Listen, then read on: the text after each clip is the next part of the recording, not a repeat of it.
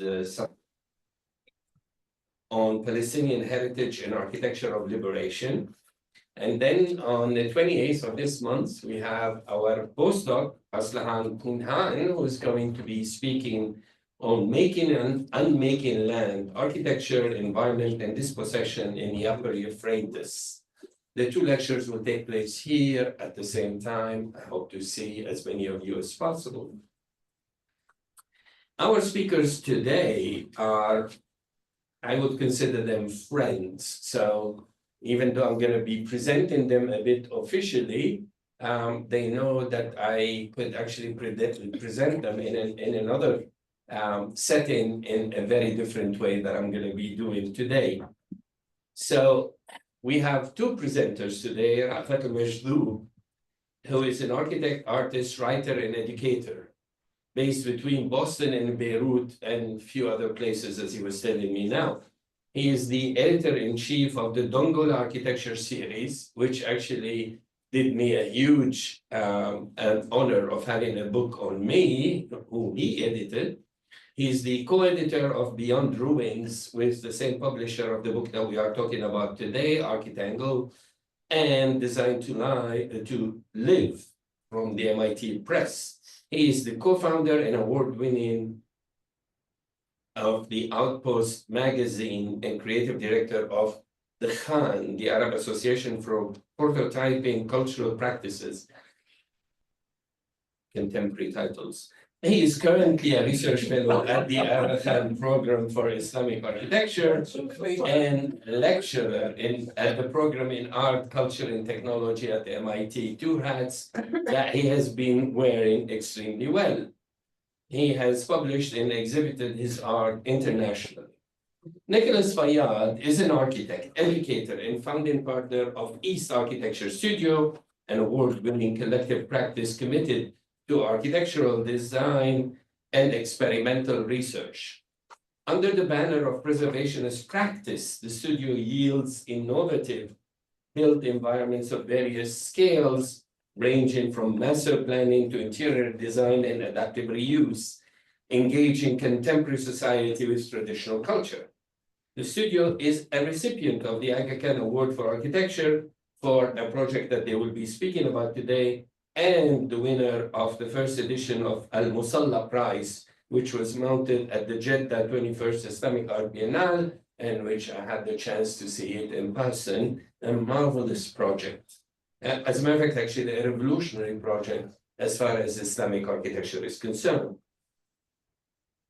The studio's work is a testament to a visionary approach and sensitive interpretation of history and culture. Their projects have been showcased internationally and widely published in the likes of Wallpaper Magazine, the Architectural Review, Architectural Record, and the New Review of Architecture. Nicolas was recently awarded the Distinguished Alumni Award offered by the American University of Beirut, honoring his achievements. He is currently an assistant professor of practice of architecture at the American University in Beirut.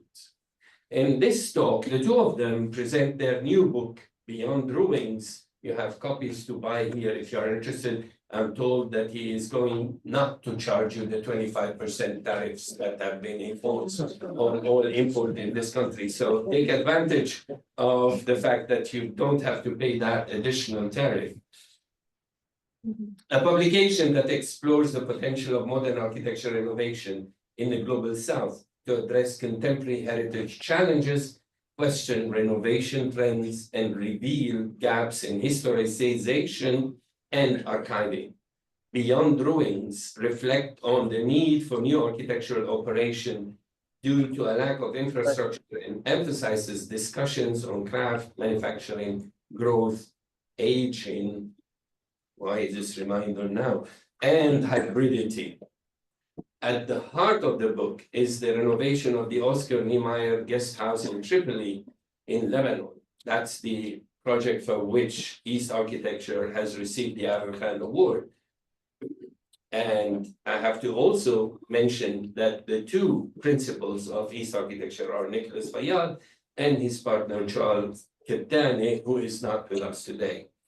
This intervention serves as a lens through which broader questions of preservation, authorship, and postcolonial legacy are examined.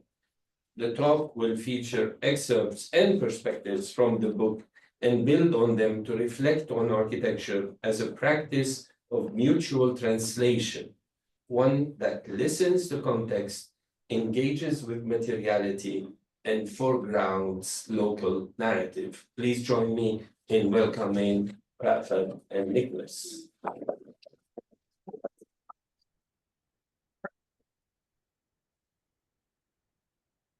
Thank you very much, Nasir. Thank you very much, our MIT community, for having us.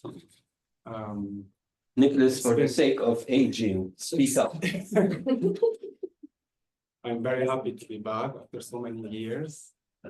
To see so many familiar faces is a real pleasure, and an honor in equal measure to present the book, but also our findings, and to use the book as a tool to frame our work at East Architecture through the lens of Raafat Majzoub. Let's do this. Ready? So, in 2022, an almost invisible, reversible, adaptive reuse of Niemeyer Guest House at the Rashid Karami International Fair in Tripoli won the Aga Khan Award for Architecture. Designed by the Beirut-based East Architecture Studio, led by Nicolas Fayad and Charles Katene, the project is a case study of an architectural intervention that becomes a scaffold, bracing the life of a building rather than claiming to restore it to its original architectural intent. In this book, we inspect this metaphor of the scaffold through conversations with experts that challenge classical top-down strategies for architectural preservation, not only by adopting grassroots alternatives, but mostly by re-examining the logical frameworks that define our cultural relationships with transformation. Architecture as a scaffold acknowledges both power and transience as mutually inclusive. It does not aim to mummify a building into a facility, but rather respectfully facilitates its growth with additions that enable the natural restoration of its essence and materiality. One of the recurring lessons from our contributors is that a scaffold necessitates a form of partnership, and that it can never exist alone. It reminds us to acknowledge the architectural intervention as a temporary participation in an ongoing transfer of human knowledge and planetary intelligence. With this framework, there is no ruination, only milestones and opportunities to reflect and speculate on futures that are more intersectional and more just than the ones before. Nicolas and I will take this opportunity to share some of our questions from the book, weave them with East Architecture Studio's most recent built works, where these questions seem to resonate. First, definitely the Niemeyer Guest House in Tripoli, the capsule retreat in Zabura, and the Musalla at the Islamic Arts Biennial in Jeddah. The book begins with a chapter on context, not as a backdrop, but as a critical force that shapes everything we do. For us at East Architecture, context is foundational. It informs not just our site analysis, but our methodology, our language, and our ethics. To better position our approach, I'll start by briefly sharing how we understand Beirut as context, where our studio is based, before diving into the structure of the book and the projects it engages with. It is difficult to stumble upon a single condition or ground condition in Beirut that at some point in time hasn't been altered or even originated from a particular practice, hypothesizing an architectural fragment of the dense Beiruti groundscape, resisting privatization and typological building codes. It is equally difficult to imagine Beirut's ground without capturing its constant, iterative, and experimental renewal over time, mostly due to processes of erasures prevailing since the Ottoman, the French Mandate, and more recently wars and cataclysmic events that are constantly reshaping our city. As the city has rebuilt itself over time and in the aftermath of crises, rupture and obliteration have prevailed over transparency and inclusivity. Practicing in this ever-changing context, we are constantly facing a restoration challenge, in desperate need of stability and collective recovery. So how do we recover the city while recognizing trauma in an attempt to reclaim Beirut's forgotten past? How can we imagine a new spatial contract for Beirut? In that sense, it's crucial to embrace recovery and preservation as a process that not only replenishes social and economic networks, but more importantly, prioritizes spaces of shared memories and social connection. Following this thinking, my growing interest in a common binding agent that prevails in the city is a recent legacy of modern heritage that fills the gaps and connects dots from within. Particularly striking in this photograph of a beacon of modernism in the aftermath of the fourth explosion stands seemingly untouched. The context chapter in the book follows suit with the first essay by Fadi Abdullah that draws a parallel between the relationship between Tripoli and the fair and that of Tripoli and the state. This essay contextualizes the history of modernizing Tripoli, a narrative that precedes the establishment of Lebanon, and the evolving relationship of the city with the state by using the fair as a diagram for it. Birna Khouri's episode 5, The Forgotten History, taken from his unpublished book, Toxic Grounds, introduces fiction as a scaffold for engaging with Lebanon's modern heritage. It traces the intertwined stories of architect Khalil Khouri, his collaborators, and Lebanon's modern architectural legacy. It blends personal anecdotes, political contradictions, and narrative fiction to highlight how figures like Khouri and Sirot shaped the country's post-independence built environment and how the war annihilated the country's dream of modernity. Following that, Shoja Abid and Noura Akawi continue to excavate this relationship and discuss the reverberations of a failed nation-building mega-project, notwithstanding the evocative nature of such failures for the imaginations of generations of architects internationally. Here we see a top view of some of the pavilions of the Rashid Karami International Fair, one of the most ambitious modernist projects in the region, and also the site of this project we're talking about. Designed by Oscar Niemeyer in the early 60s, the site was never completed due to an outbreak of the Civil War. What remains today is a vast ensemble of futuristic pavilions, domes, ramps, shells that feel both alien and familiar. Though unfinished and deteriorating, the site has quietly transformed into a kind of informal park for the people of Tripoli, a site for some functions and festivals, as well as a pilgrimage site for architects and students. Opening the second chapter, Bracing, East Architecture Studio situates preservation as a scaffold towards the construction of relevant and contemporary lived experiences through architecture. The Niemeyer Guest House, mostly an interior renovation, was our first commission and became a means to experiment and investigate concepts with spatial ideas and decision-making that aren't only the result of a diligent research process, but also deliberate or unconsciously driven by some personal design ethos and sensibilities that proved to be successful. We use these opportunities as a means or a method to cultivate architectural thinking that goes on to hopefully inform other projects across many scales. This is how we actually received the building on our first site visit, an extremely linear building in a sense where opaqueness prevails, with an only natural source of light that actually comes from the central courtyard that had almost lost its purpose through the overgrowing vegetation that came out with time. We were lucky enough to be in touch with Faris al-Dahdah, who sits on the board of the Niemeyer Foundation in Brazil, who actually shared with us the original drawings of the guest house. So a way for us to actually uncover the layers of what the building could have looked like if it were completed. I think there's a creative dimension for conservation projects where a critical dialogue is created between the old and the new, and to ask ourselves as architects the essential questions. What does conservation practice mean for us as designers? And how do we evolve a critical practice of conservation which facilitates the simultaneous validity or almost level of fidelity to the past while still incorporating contemporary aspirations? By responding to notions of reversibility and adaptability, reclaim openness by understanding the core architectural values proposed by Niemeyer in his open plan, which is punctured by a central courtyard flooding the interiors with filtering natural light.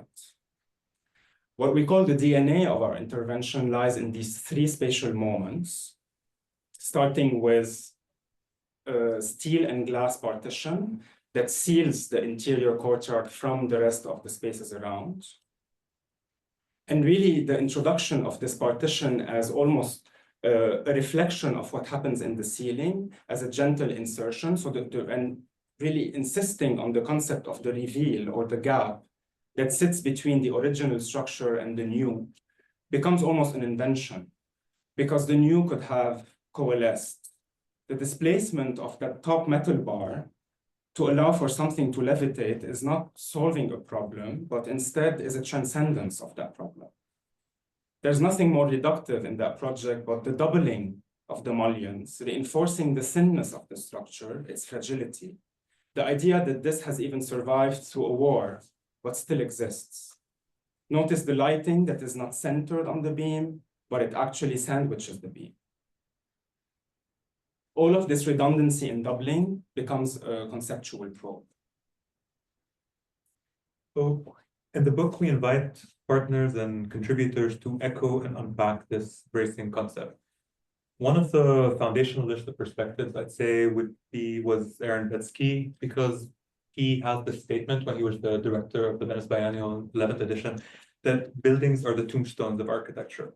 And we found that kind of resonant, but also provocative to what East was doing in this project. So we reached out, and his contribution defines a reimagined, kind of an imaginative reuse as an adaptation, not merely by placing the new in, over, or through the existing, but through an intuitive form of excavation that collages what is found with the new.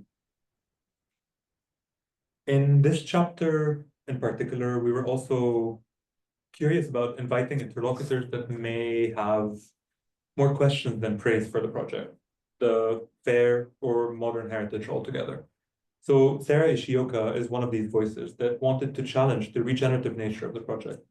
And in her contribution, we were lucky enough that she was able to build kind of an ecosystem of peers and case studies around the renovation of the Niemeyer guest house as an invitation to consider preservation as an even more ecologically regenerative practice. And moving to preservation, this chapter situates it within a broader conversation on legacy, power, and agency, especially in contexts where architectural heritage is entangled with histories of interruption and uneven development. A conversation between Faris Tahtah and Anna Tostos opens this chapter, delving into the history of building protection, the links between Niemeyer's Tripoli and Brasilia projects, and the critical relevance of heritage preservation in the global South amid social and political economic challenges. Aziza Shaouni, in turn, through examples from her own work on modernist heritage in North Africa, shares strategies for building cooperative legacies that outlive the project management lifespans of preservation projects themselves and ensures lasting growth through self-determination. In the case of the Niemeyer renovation, the project became an experiment to investigate concepts with spatial ideas and decision-making that aren't only the result of the diligent research process, as I already said, but also deliberate, and respond to an imagined past. A past that is in conversation with some of the earlier work of Niemeyer that really to preserve a building like the Niemeyer guest house, we had to actually first understand the architectural language it speaks. That meant studying his other projects or other projects that he was designing at the same time, not to replicate form, but to grasp his intention. Through these studies, we began to learn his grammar, such as here in the Itamarati Palace, his use of rhythm, light, proportion, and atmosphere. Structural elements highlighted through paneling is one of the spatial components that we were working with. And as you can see here on the right, we approach the columns in Tripoli not as structural replacements, but as respectful addition that continue his syntax. And to project them not only vertically, but also horizontally along the structural beams, and use these learnings to approach different elements of the guest house. We've also looked at the close collaboration that was happening between Niemeyer and Burl Marx at the time to understand how landscape was approached, what was the material palette. In this case, there is essentially an interest in monochromatism with the use of concrete gravel, but also reflective pools and the insertion of local plants. So we've embraced somehow this strategy by very simply introducing what we call these lily pads in the courtyard to introduce a sense of organicity to the courtyard, but also the extension of this monochromatism from inside to outside as a visual connection. If you look at the craft that went into the making of the project, it's not exquisite in terms of the hand labor. In fact, the project strives because of a precise understanding of what needs to be raw and what needs to be coated. And so you get moments of high craft in the labor, but also moments where you understand that the high craft precisely is because of the rawness of the environment in which they find themselves.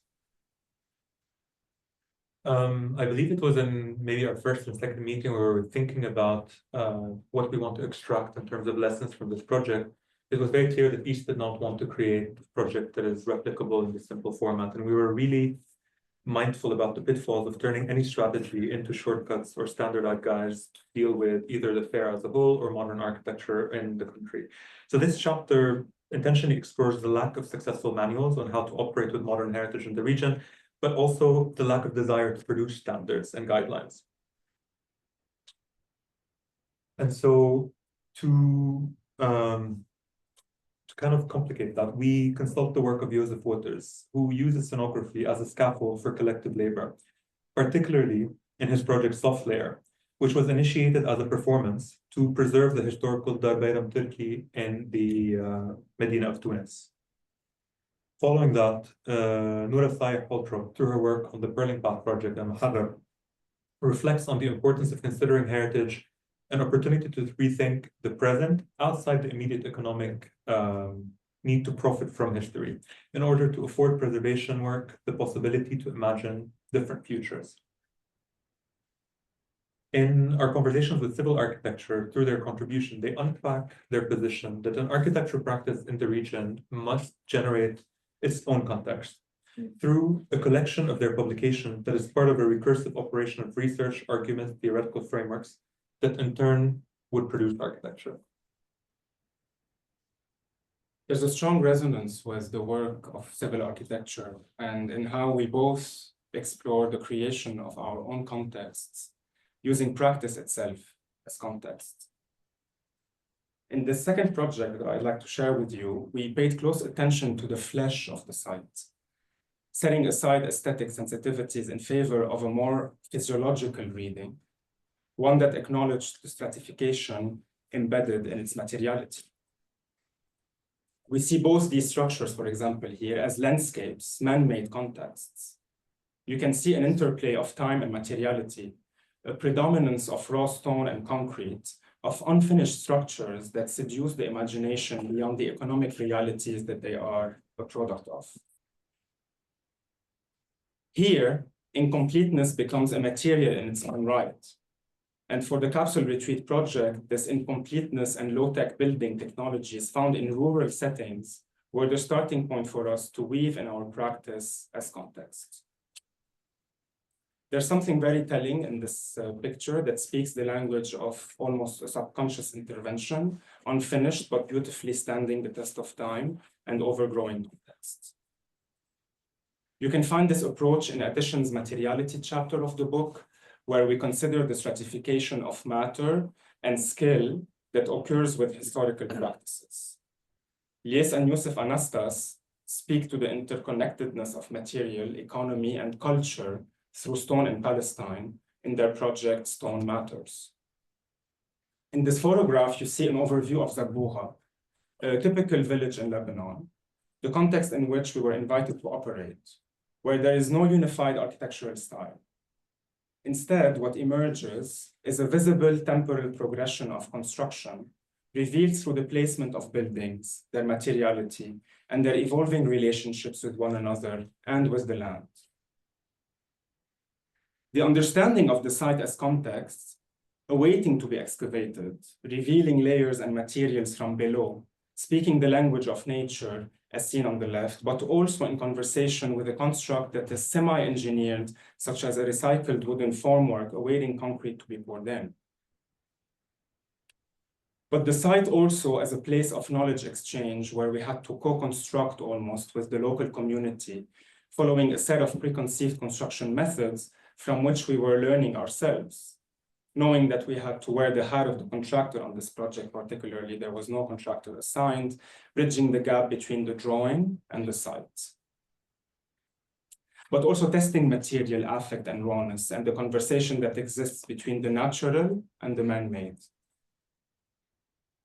And arriving at a construct that emerges from these local practices, internal to their own context, speaking a contemporary language, which is very simply a response or an interpretation. This is how the building is nestled, almost within the site, aligned to the southern edge of the property, liberating the garden in the front, and understood as a semi-emergence in the landscape. We're particularly proud of the construction process, as many of the techniques we needed had to be developed directly on site. Local labor in this area wasn't accustomed to working with current formwork, for example, so we had to co-develop makeshift technologies. And adapting the design in real time through collaborative problem solving. In this project, working closely and hands-on with construction families in Zabuha, we were able to bridge the gap between literal and conceptual crafts. The process allowed us to develop modes of mutual learning and knowledge transfer through collective, practical labor, where making became a shared form of thinking. The structure obviously blurs the boundary between inside and outside, the natural and the man-made, and I'm bringing back this image here and looking by these two simultaneously. It's interesting to reflect on our attempts to cultivate kinship between different languages and approaches to the site. We aimed to develop forms of preservation that speak the vocabulary of existing gestures, treating them as discrete design frameworks that revert to the site's natural modus operandi. In doing so, preservation becomes less about intervention and more about continuity through resonance. We discuss such conceptual crafts, cultural continuity and authorship in the translation between heritage trade and contemporary architecture with Nader Tehrani, and speak to the architectural project as a site of humility, learning, and knowledge exchange. One of the places in the book where we could notice the echoes of the stratification, the materiality, is in Sybil Bostogan's essay, where she asks, what exactly is the original to be preserved when most modern buildings and complexes are added on and transformed several times along the way? Following that, we move into the culture chapter, where we reflect on architecture preservation processes as cultural narrators, ones that carry memory, mistranslation, and meaning across time. And opening this chapter is an interview with linguist Kosti Kabralatan on translation, failure, in view of architecture's role as a narrator of civilization, unpacking preservation as a grounding human instinct. Sumaya Bali uses her Serpentine Pavilion to illustrate how she considers architecture to have a profound role to play in expanding the cultural domain by simply listening to the contexts in which we work. Marco Costantini compares the renovation of the Kun Foundation in Beirut and the Niemeyer Fair in Tripoli, proposing buildings themselves as public cultural archives that testify to the crucial role that architecture plays in the collective memory of a nation, and the importance of preserving its most striking witnesses. In each of our projects, we particularly are attentive to the potential of cultural preservation through architecture. In the capsule retreat, for instance, we invited the Iraqi artist and sculptor Dia Azzawi to develop a bespoke roof sculpture and garden intervention, crowning the structure and introducing hierarchy, but also allowing to conceal the electromechanical systems on the roof. The new program of the Niemeyer Guest House reflects Tripoli's heritage of complex and innovative carpentry by creating a workshop for technical and artisanal capacity building. And in the third project I'd like to share this evening, the Musalla at the Islamic Arts Biennale in Jeddah, we focused on ensuring that every component of the structure was sourced from Saudi Arabia's cultural and material heritage. The project is the winning design of the first edition of the AlMusalla Prize, and it's a collaboration between East Architecture Studio and brilliant minds, one of which is present with us today, Hanif Kara, and Christopher Bloss from AKT2 as our structural engineers and fabrication experts, as well as Rayan Tabet as the artist. What you see here are ropes that are entirely made from palm fibers, dyed and naturally dyed with natural pigments. And I'll elaborate on how we integrated them in the following slides. Unlike mosques, whose history, lineage, and typology are very well documented, musallas are still not well studied and explored. What we know is that a musalla is meant to be a temporary space for prayer and spiritual reflection that historically was meant to follow communities along their journeys. As such, they were imagined as dismantleable, movable, and transient spaces. Our proposed project titled On Weaving, where weaving is seen simultaneously as a craft, as a tool, as a way of thinking, and as a metaphor.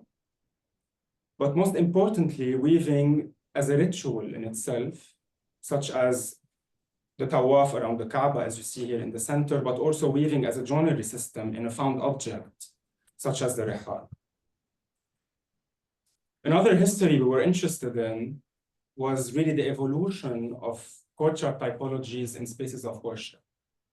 But most interestingly, the interstitial space that exists between an internal membrane defining a central courtyard and a more rectilinear outer membrane that almost snaps haphazardly and incrementally through time and history, defining an architecture that is evolving, regenerative, and in active change. From weaving, we look at grids, not only as a defining parameter, but also as an ornamental craft, of course, that becomes structural, understood at multiple scales, becoming, for example, a field of the guiding principle of a field of palm trees. Our research has also identified that Saudi Arabia is the second largest producer of date palms in the world.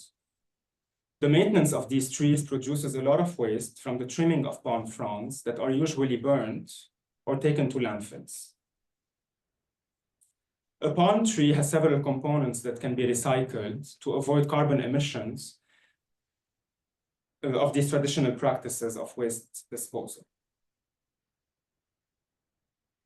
So our project is made entirely out of date palm waste, where the structure itself is made from wood composed from pulverized palm fronds, which are then glued together and laminated to create the structural elements that form the skeleton of the space, moving from this to this, complemented by a protective membrane which envelops the entire pavilion made from date palm fiber that come from the date palm trunk, moving from the raw material we see here to here. Looking at a joinery system, which led us to conceive our fragment,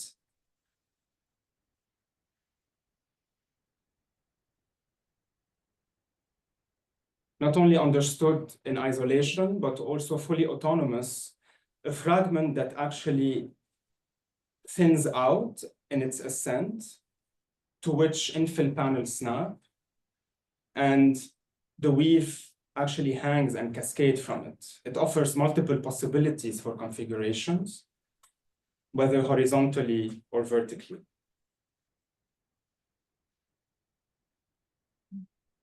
In these construction process photos, we witnessed two columns coming together on the left in a tongue and groove condition, where the fragment itself is not only understood as structure, but also ornament and function.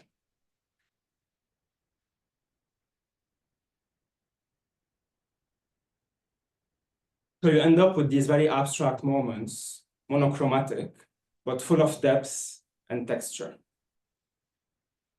The central courtyard perfectly aligned with one of the oculus of the canopies above, acting almost as a wireframe and establishing a hierarchy for the structure.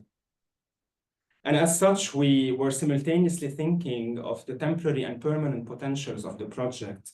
In our original plan, we proposed two different scenarios. The first, that the transposition of the structure in its entirety somewhere else will be happening somewhere in the country.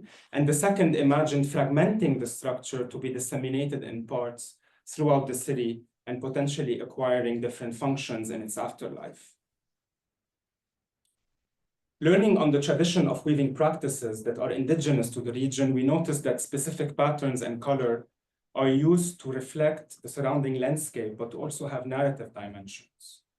So the interior courtyard of the Musalla is formed from a series of intricately woven panels that are 12 meters high, which turn the logic of the structure into an ornamental pattern and uses natural dyes extracted from local plants to introduce color, where henna, pomegranate, indigo, buckthorn, and marigold create a colorful animated pattern that come to represent soil, water, trees, and sunlight, all the necessary components for life. The date palm fibers that were spun together and woven into a textile, which wraps around the structure, uses 200 linear kilometers of palm rope to create this membrane. 200 kilometers being the distance that links Jeddah to Mecca back and forth, a way to give the pilgrimage a physical form and transform it onto the surface of the Musalla. The idea of layering, transparencies, translucencies was crucial really in the thinking of that membrane. Ultimately, the Musalla is seen as an oversized loom, the machine used for weaving, where structure, program, and ornament blend into a singular experience. The structure performs really at multiple scales, allowing for the duality of its materiality to be expressed differently, seen from far away, but also from very close by, yielding different readings. We also collaborated with craftswomen from Jeddah and Khaybar to produce prayer mats with similar patterns and color combinations that animate the floor in times of prayer. And really the understanding of the structure almost as an object under the majestic canopies of the Hajj turban. In a way, the entire life cycle of the Musalla is seen as a performative act, where a field of date palm trees is transformed into a structure that appears during the run of the Islamic Arts Biennale and then disappears, leaving no trace behind on site. What I particularly appreciate about this project, but also something that finds itself in the rest of your work, is how it has imprints of the future within it. It was very important for us to speak about the future in a book on preservation. And while most of the contributions have a call to action feel to them, the last chapter is specifically dedicated to speculative futures. Charles Kettene, who's the second half of MISK Architecture Studio, expands this conversation to include the domain of the virtual and explores the potential of digital platforms to democratize and reclaim neglected architectural spaces. This piece highlights what you see here, screenshots from a game, an alternate reality game called Tripoli Fair, ZM Lost Fair. And ZM stands for zombie mode, I think, and it's basically the mode that you can edit and hack the game. So one of the artists from Tripoli, Rayyan Jamali, created this hybrid digital and in-person playing experience where he would invite gamers to physically engage with the fair by linking geotagged information and narratives inside of it, giving it like a different type of access. It aims to engage a collaborative local and international online community to uncover the fair and reappropriate it via a hunt for clues, much like an Easter egg hunt.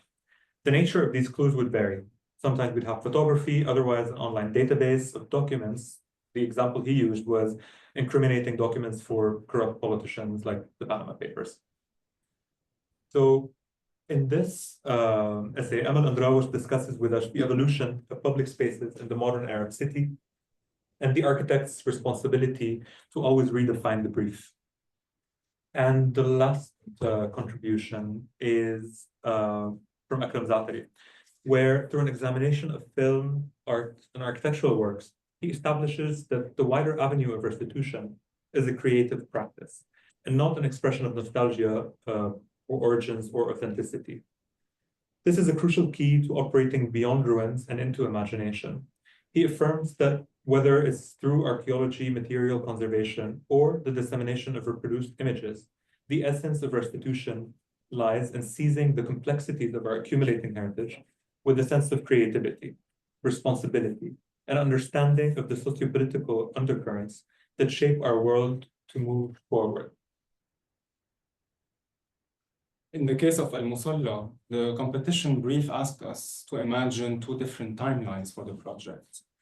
A 4-month cycle, where the structure will be operational during the run of the Biennale, and another longer cycle, where it would be dismantled after the run of the Biennale to be reassembled somewhere else and have a 10 to 15-year lifespan. So we had to think of fragmentation as an inherent part of the making of the structure. The Musalla is a structure whose architecture is embedded with multiple futures. It's a modular exercise that is expandable, adaptable, and transportable. These elements are, for example, made of columns, beams, foundations, infill panels, rolled out weaves, and built-in furniture. It follows a flexible grid framework centered around a functional courtyard and is designed to move. So you have to imagine that all of these membranes can be taken apart and reconfigured differently. After the Biennale, for example, the Musalla could travel to the old town of Jeddah to expand and replicate throughout its historic squares.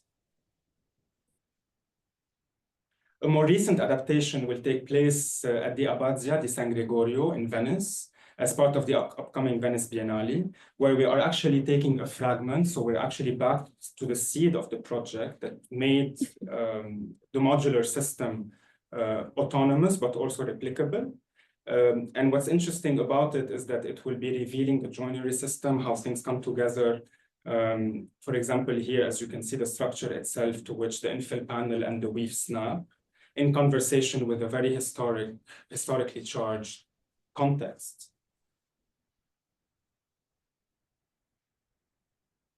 Ideas of reversibility can also be noticed in how we approach the guest house renovation, assuming our role as part of the site's larger narrative. Our work is not meant to be permanent and scaffolds of life into the sites of potentiality that responds to questions such as, how do we renovate without disruption? How do we intervene without hiding? In current times of change and complexity, there seems to have arisen an architecture that wants to show exactly how its system works and what it is made of. Thus, what I suggest being or manifesting into a different architectural language, a modesty that speaks to history.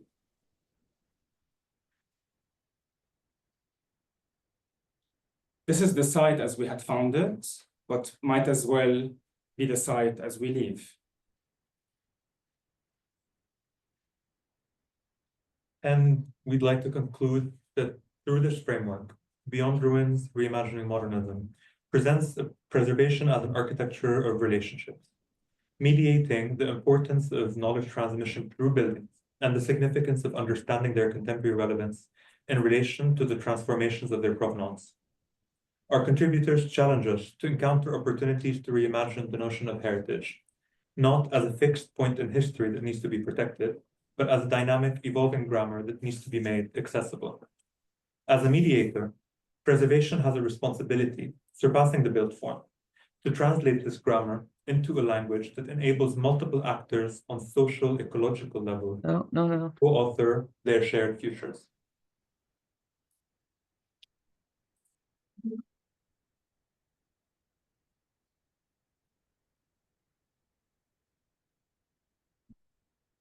Raafat, I will let you take your own questions. My own question? I mean, myself, I'm like too much upfront. Okay, so but first, let's do this. So Asli allowed us to use her copy to pass it on, to sell the book. Please fall in love with it and buy it, but then give it to us. And we're open to questions, microphone-less questions. Is there a microphone? Or... Okay, you're gonna have to shout whoever is asking the questions.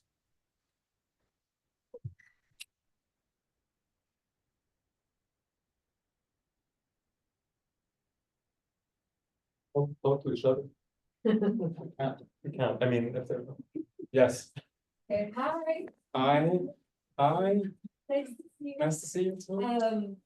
It's so nice to have you here because I was so disappointed after this talk got postponed last year, last term. Sorry, it just feels like forever. But it's so nice to see all of this work together because it's almost like they speak to each other. And I know, you know, like all the things happening in this world, I'm kind of curious about the timeline of these projects and what was happening in tandem with that, because there's much like soul and like so much poetry that's put into them, especially with the, I should be sitting. Especially with the project that's now going to the Biennale, the MISK. I just love the layering of like the actual fibers that become a shape and it moves. I mean, it just makes so much sense, but it's also so poetic. I almost wish when I was a student and someone talked to me about like poetic architecture, you just gave this presentation. So I don't know, can you talk about like what was I mean, what can produce this work? Like what was happening that kind of around it? Yeah. In terms of the time frame, the question is actually quite interesting because the capsule retreat started when we started Tripoli and it ended when we started MISK. It's a very long span project, which is extremely small. And MISK in itself was a 6 months long project where decision-making was extremely challenging. But I, as an architect, was wearing the hat of the engineer and the artist and vice versa. And I think that it's this conversation that really brought the project to life in such an interesting way. And if you look at the past, the most successful project, at least in my mind, were where the fields were never actually separated, right? And they all came together to come up with a beautiful piece of architecture. And I have to say that it's really, the brief in itself was visionary to really almost impose the fact that the architect had to come together with a structural engineer and artist. So if you'd like, the narrative from the very beginning was extremely enriching. And the conversations we were having with Hanif and with Ghayan and Christopher were fueled with, I would say, respective interests that came together in the making of the project. The Niemeyer project was also a very fast-paced project. Our first project at the office, where we were also on site almost day and night on the last months, taking decisions with the contractor, testing materials. It was almost an experiment on its own. So your presence on site, I have to say, is also extremely valuable to the process and extremely enriching. Can I add a messy part to that question? Yeah. I think also part of this is the crises that are going on in the world, right? Like there's this won the award in 2022, right? So, but it was being built in 2018. So it went into 2019 crisis. Absolutely. And then the projects that was ongoing, the capsule was also going through the crisis. This is why it went and the overboard war, right? So yep. Can you also speak to your relationship? Because like, how do you define agency of an architect in all these crazy things that we have zero agency about? Like, how do you contribute?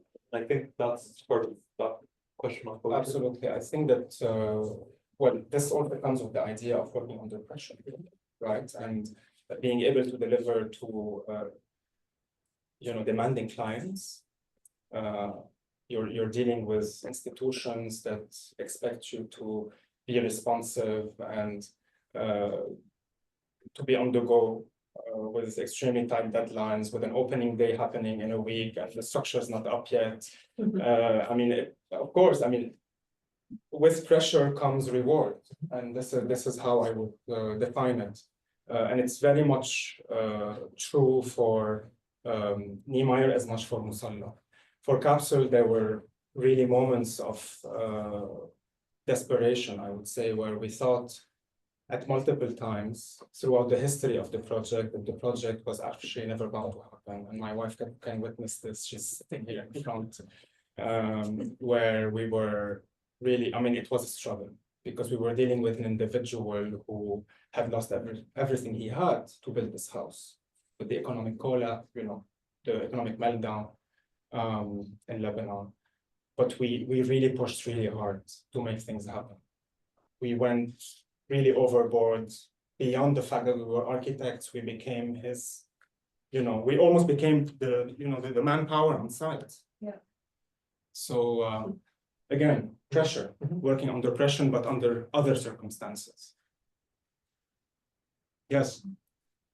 Thank you. It was amazing both listening to the book project, but also the architecture works. And my question is about, the architect's book as a writing genre, because of course, during our whole conversations, half of the time was devoted to like, how do you construct a book or how do you, bring all of these discussions. So I'm curious about this project, the book project. How did you, because it seems like in every instance there was the architect who's, I think your work was also very unconventional compared to like other architecture books or architects' books, let's say.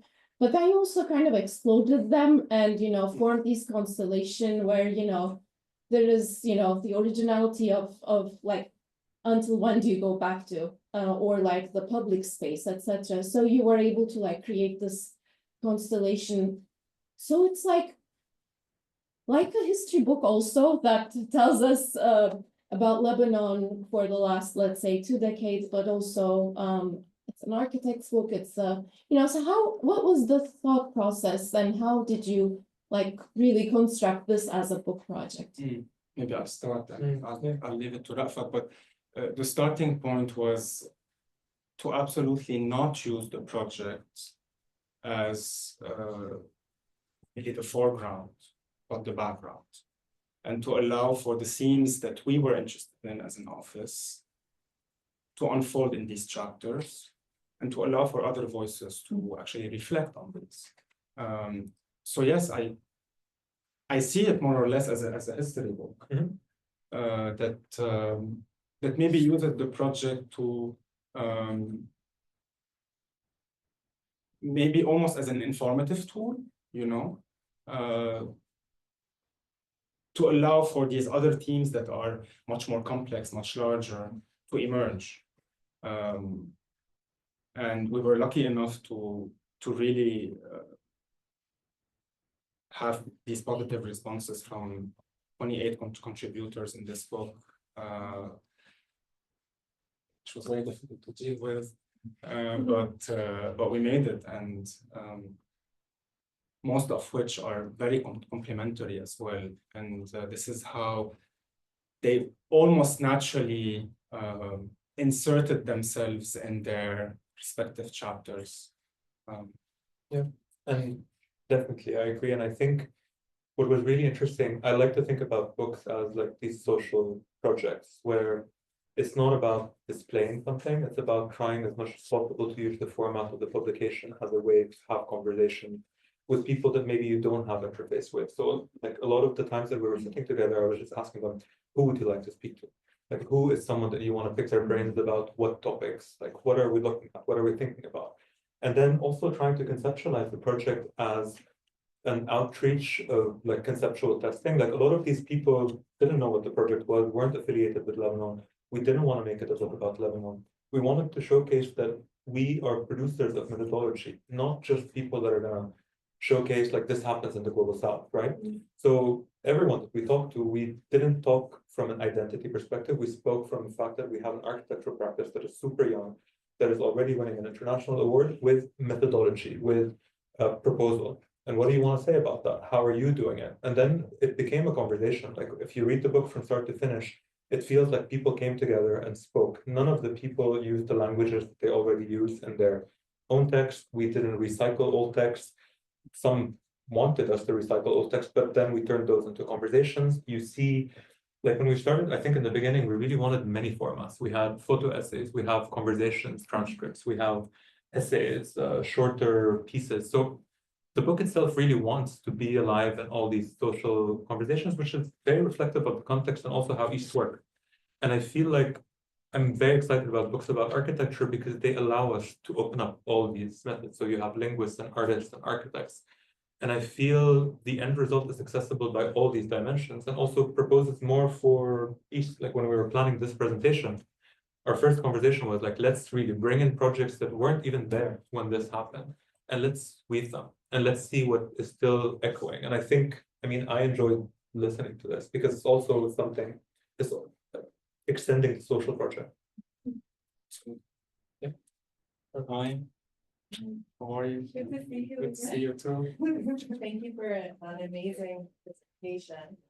And I have a lot of thoughts going through my head, but I guess when you started off your presentation with images of work by Rabi Abdouhi and Akram Zafari and Rabi Gulad, and also the last essays by Akram Zafari, I kind of can't help but think about the cinematic in your work and in the book as a whole.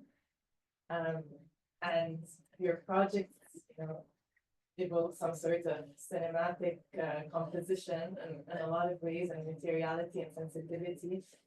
And I was just thinking about that relationship in Lebanon and Beirut specific with these modernist ruins, or maybe we shouldn't use that word, beyond ruins, that are at a standstill, that aren't being used or revitalized. And in your project in Tripoli, kind of bring back life to this project. And I was wondering what you think about that being an ongoing endeavor for other, you know, modernist buildings that are kind of time capsules or even sculptural in a sense. And in that way, they excite a lot of cinematically minded people.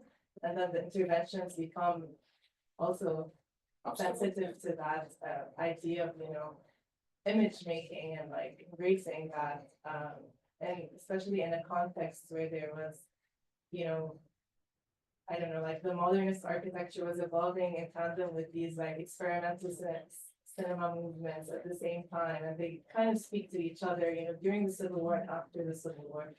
So I was just wondering what you think of that, the future of that as well. I think this lineage is actually interesting because the way I at least understand or frame modernism in my mind, my own mind. And I think I mentioned that as I see it as almost like a binding agent in the city. Think of them as really constellations of buildings that for the most part are abandoned, right? But at the same time, still feel so fresh, right? And it's this this dialogue between these two themes that I'm very much interested in. I mean, you look at the L, which is that building, and in a heartbeat, you wouldn't think that, you know, an explosion happened 100 meters away from, right? It still stands still. It's very Cartesian posture, and you have so many of these in the city. So I always really think of it as an opportunity to almost imagine this imagined territory, I would say, that would link all of these and really revive them. And of course, raise awareness around the importance of saving modern heritage, because it's as important as any other type of heritage, whether tangible or intangible. Yeah, I mean, this is my reading of it. I think also one of the contributions in the book, the Bernard Khoury one, also kind of touches upon what you're talking about, because Bernard's book, the unpublished book, really, we excavated that. Like, please, Bernard, give us the chapter.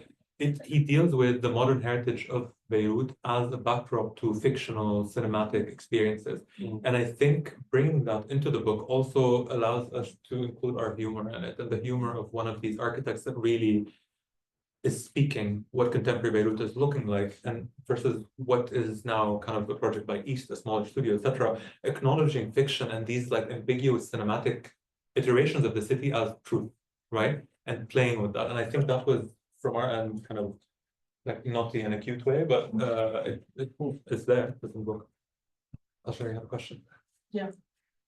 Congratulations on this amazing book and amazing project. So it's just fantastic to see all of this, and I'm so happy we get to see it here at MIT. I was struck by this quote by Nura. I think Raafat, you mentioned it about preservation, and I wonder if you guys could expand a little bit how you see it, where she's saying something about preservation being outside of immediate economic possibility, and it sounded like preservation is about maybe imagining these futures, which implies something speculative. But both in your work, Raafat, your prototype cultural practices, and Nicolas, in your work, I mean, especially with the Musalla, but also the previous projects, there is a certain economy that, you know, is implied in the modularity, but also in the Musalla. I mean, there is a proposition to transform the whole industry, Saudi Arabia, that could be sustainable. And there is the imagination of the future, literally prototype by having what I could tell was the first equal space for women and men to pray, like literally in the same amount of space with the same spatial quality. Congratulations on that. Anyway, just wanted to throw it in there because we didn't get to see that aspect, but it's like truly genius and the first time someone has done this. Thank you for that. Thank you. So if you could elaborate, I mean, is the speculative future thing somehow in contradiction with the economic possibility, or is the economic possibility really that what gives the impetus for the preservation to succeed and to imagine? Especially in Saudi, I would say, hell yeah. So that's interesting that you mentioned it, because in the question that we were asking everyone, especially the modernist lovers, I was asking them, Lebanon is bankrupt, but we're all wanting to like make this Rashid Karami fair new again, right? And we can't pay for it. Like no one can pay for it, and it's impossible to really claim it and want to do it. And then the conversation is always veered into culture, heritage, importance, etc. But then there's this piece by Sybil Bosogan where I didn't ask her this question, but she was talking about, I think, piecemeal engineering or piecemeal types of projects. And I find it very interesting because she proposes that when we understand that approaching these mega nation building projects will happen through micro projects that are able to make loopholes in the bigger system, then we forego this myth that everything is scarce, right? No one can say we can't renovate. Obviously, it worked, right? So it worked. It just doesn't mean that the typical way of doing these mega projects is like give it to the star architect and let's. It's not the modernist way. Exactly.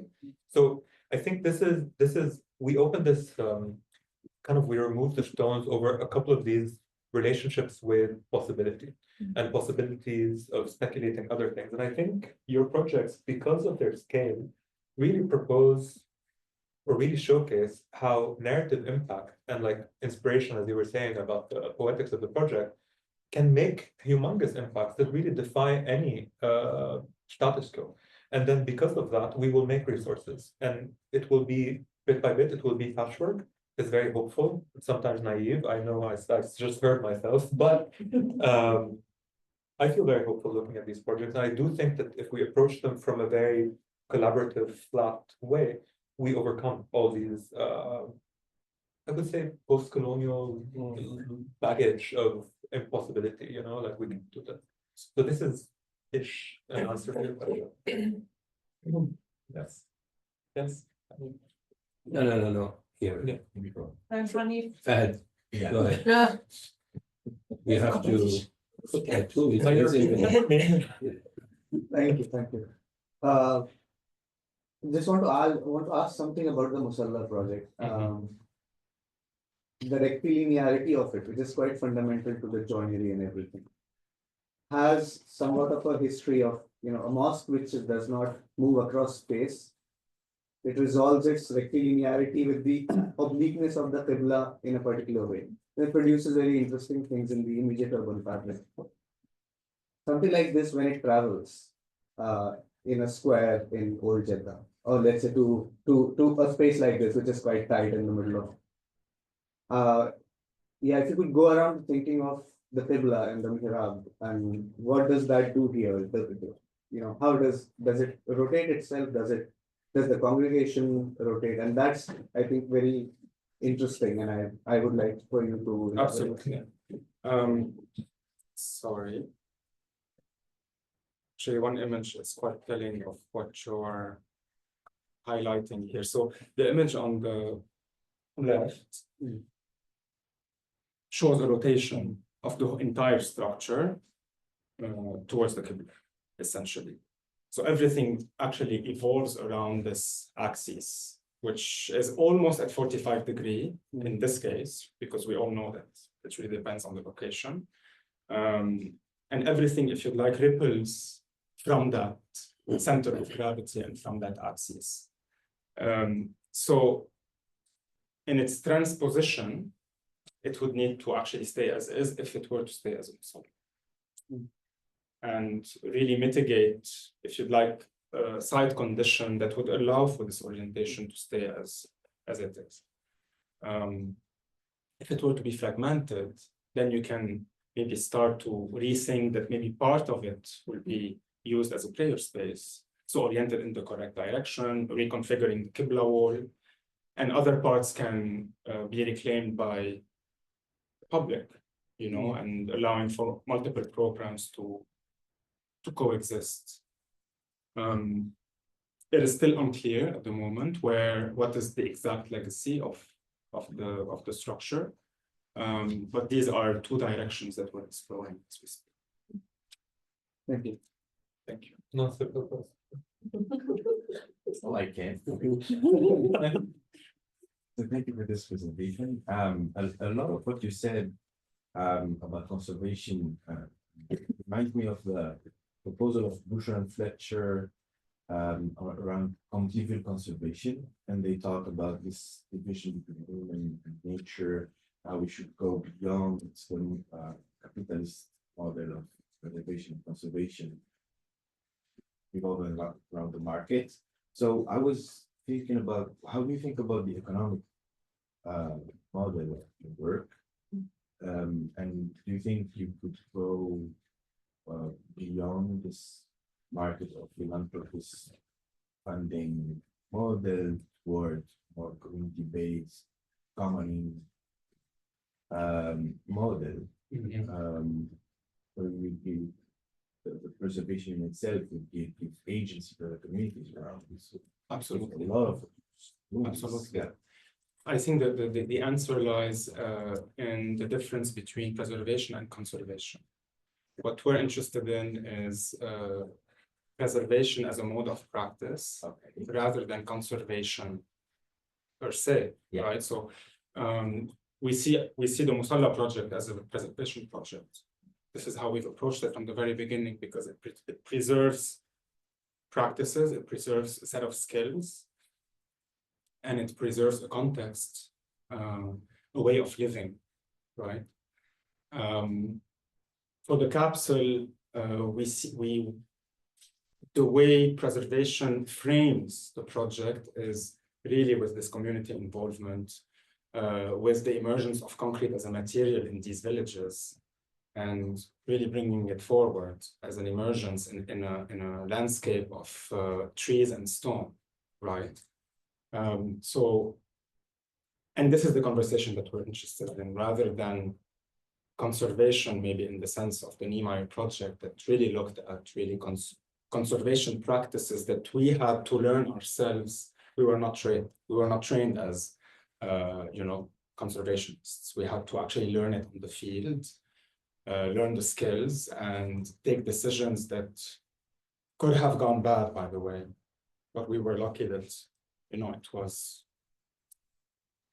well studied and well informed by the data that we were given, which is all of the archival documentation that we've received from the Niemeyer Foundation. So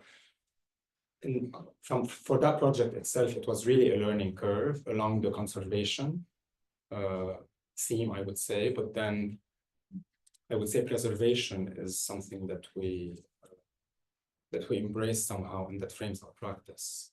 Can I also follow up on like also the messy part of that question, which is about the possibility of this not being a philanthropic project, right? And I think a different way to ask this question is you having engaged with the quality of work that you do and the examples that we've seen, is the capital for these types of projects something that is even doable without philanthropic sized money? Is it something that could be cooperative?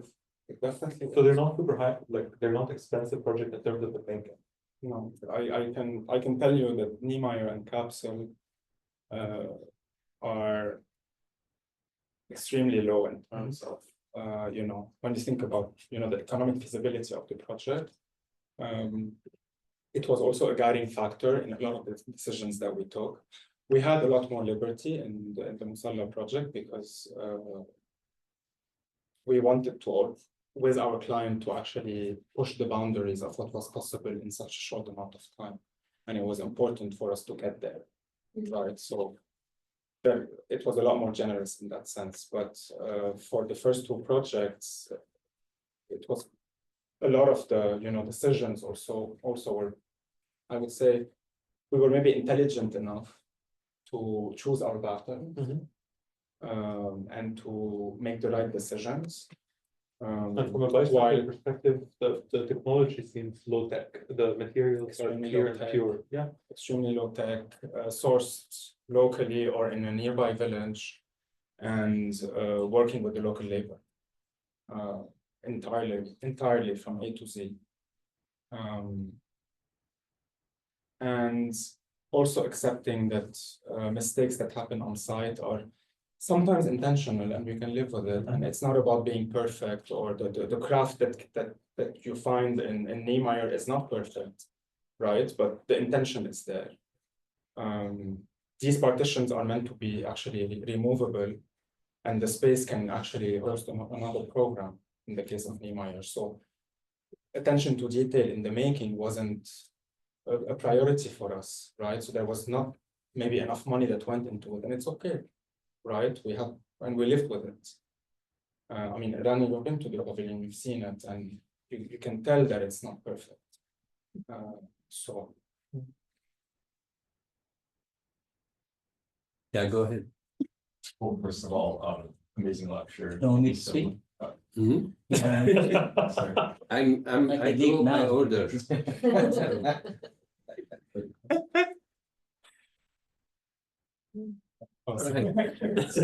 And please don't interrupt. Thank you so much for the lecture. Really enjoyed it. Amazing work. Earlier you said, like, with pressure comes reward. Specifically with your built works, you know, dealing with political, social, and economic factors that could certainly contribute to that pressure. But I'm curious to know, hearing you say with pressure comes reward, how does that apply to your book? Like, what are the types of pressures that you dealt with producing this book, and the rewards beyond just publishing and completing it? How would you frame that, I guess, phrase context of this book that you've made? Okay, many. So I think we've been speaking transparently enough, so we will continue speaking about the book. This is a book that has a specific expectation and a specific client, Aga Khan, specific publisher, and it's a series, right? So there are a lot of preconceived expectations of what we're supposed to do, and we have to say hi to all of it, right? And do a different type of book. And it was very interesting because it was a process of mediation, just like these projects are processes of mediation, where we were just proposing what the book can be if we put in so much love into it. And so much honest questions. And then I don't think they didn't believe us that we're going to have 28 contributions. They laughed. They're like, okay, just send me the budget. Like, okay, I sent the budget. And they didn't expect to pay that budget. But then all of the people wanted to work with us on the book because we were really genuinely curious. Like, we didn't go there and say, like, oh, I want your name on the book. We're like, we have this question. Let's talk. And we had Zoom meeting after Zoom meeting with deadlines. And everyone, actually not everyone, a lot of people sent their stuff on time, but I was begging, like literally finding people in malls by mistake and begging them. We won't say names, but the fact that we were able to set our aim very high with what we wanted this book to be, and specifically, I have a personal stake here because I'm from Tripoli, and I have a personal stake because we're friends, and I couldn't, and my name, and no, so it needed to be great. So we pushed in all the directions, and I think everyone was happy enough to play with us. And then when the book came out, it was so gratifying to see the reaction of the client, because they saw what could happen with these types of books. That there doesn't need to be this template, same contributors that happen all the time. And I'm still over the moon. Like, I'm so happy now speaking about it, and I'm very proud of this book. And I think when I'm seeing the book's interaction with the architectural practice, I'm extremely proud. So definitely pressure, but oh my God. Really nice. Hanif. So you can tell he's pretty good because you bring the engineering early. Most architects like him bring us in too late, and everybody said everything all at once. And the first thing, I want to make a couple of observations. One is, I think, just characterization. I think that you're far too humble about this. You need to be less humble. You should remind everyone about the fact that this was an international competition. There were like 100 entries, initially 8. There was a tough jury, some of whom would be your competitors and therefore not want you to win, right? So you should be so humble about that, in my opinion. And the poetics is not, in my second characterization, is not enough. I think there's a certain elegance in everything you do and say. And now I can see, you know, what you have the sort of relationship like met you with other people with this person as well. So that's the second thing. And the third one is generosity, which builds off the book project, because I think, again, you're being polite. I think that my experience of this type of book from this client is this is a new level, because majority of them are coffee table books that I have all of them, by the way. I'm mostly going to the bin, frankly. I think you know that. So in a sense, it's important to also recognize and put that out there, particularly to the next generations. These are my observations. The question for me is really the present, because I know everybody worries about the past and the future, neither here. And for me, looking at the whole kind of diagram of the typology of architects, and being somebody who's, you know, a groupie of architecture, I see the new ones coming up. And there are all sorts of activists, there are all sorts of never build again, and you don't quite fit in any of it anymore. So for me, the question is, what is the present for you? What do you want to do? Because doing something that Nehemiah did and building off that, to some extent, is constraining. But if it was an ordinary architect, you take any one of these existing buildings, I wanted to know whether you would be excited about building a new version of them without destroying them. Absolutely. In the present, and how would you go about convincing other people to do?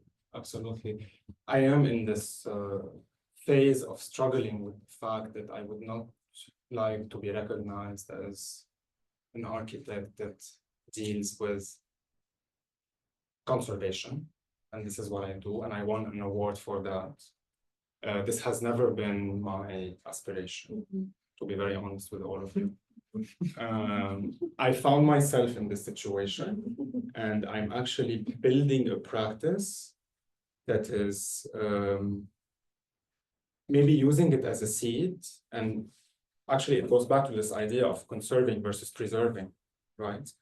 That looks at the past, right? That essentially identifies sparkles or ways of preserving not only skill sets, but a legacy, right, or a certain lineage, and projecting it to the future, right? And I would hate to be, categorized in that sort of, career path. And I hope that maybe with the Musalla and maybe the smaller project that I showed, it's maybe starting to maybe frame it differently, right? And allow for other types of interested clients or other types of institutions to have a conversation with around these topics. Having said that, there is a lot of, I am honestly seduced by adaptive reuse. I love working with existing buildings. I love working with something. And the something is not necessarily a physical structure. It can be something that is intangible, that you can use as a means of practicing. It can come from context, it can come from culture, it can come from, all of these parameters that are around you. And I think there's a lot that you can learn from that process. But thank you for that question. Do you want to reference your conversation with Nader, because it also answers that? The conceptual craft. Absolutely. So the idea of the conceptual craft is not only in the sense of the literal craft in itself, but to imagine the continuity to a pre-existing craft, right? How do you push the boundary of a joinery system that is preconceived as an idea, but how do you actually shift it and adapt it to our times? And the Musalla does that in so many ways. Thank you for that. I mean, by generous, I should say, you're too generous in the sort of people you pick, because there's some awful people in there as well. Just don't. Last question. Who had their hands up? Okay, but quickly, please, because we're past the time. Thank you so much. It feels good to have a taste of home here. So thank you for bringing home for us. So a brief question regarding the Oscar Mail. I know it's a project that deals with tangible and intangible, and intangible being Russia? Sorry, I can say this is Russia. Yeah. Beirut is back. Yeah. So I have a question regarding the intangible aspect, it being a space to house artisans or craftspeople. Yes. By collaborating a lot with artisans over the past years, particularly the ones in Bush Hamoud, I realized how craftspeople have a very intimate relationship to their atelier or studio, being this like 15-meter, 20-meter space that functions like a labyrinth, but they're very connected to it. And they have like their secret ways of how they deal with it, like a door that leads to their hidden room that they create, or like the smell of wood when it hits like this very confined space.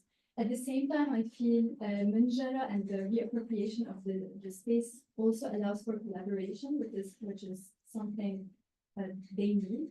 But I wonder, like, this duality between the space of the artisan, how they function in normal days, and the.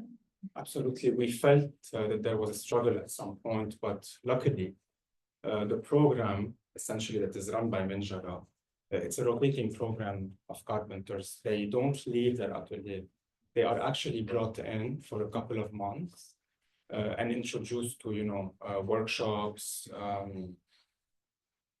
put in touch with, let's say, senior carpenters that would teach them how to use more contemporary machinery and put them in touch with local designer to produce a furniture line, but then they would go back home to their own atelier, hoping that the skill sets that were learned in Minjara are transferred somewhere else.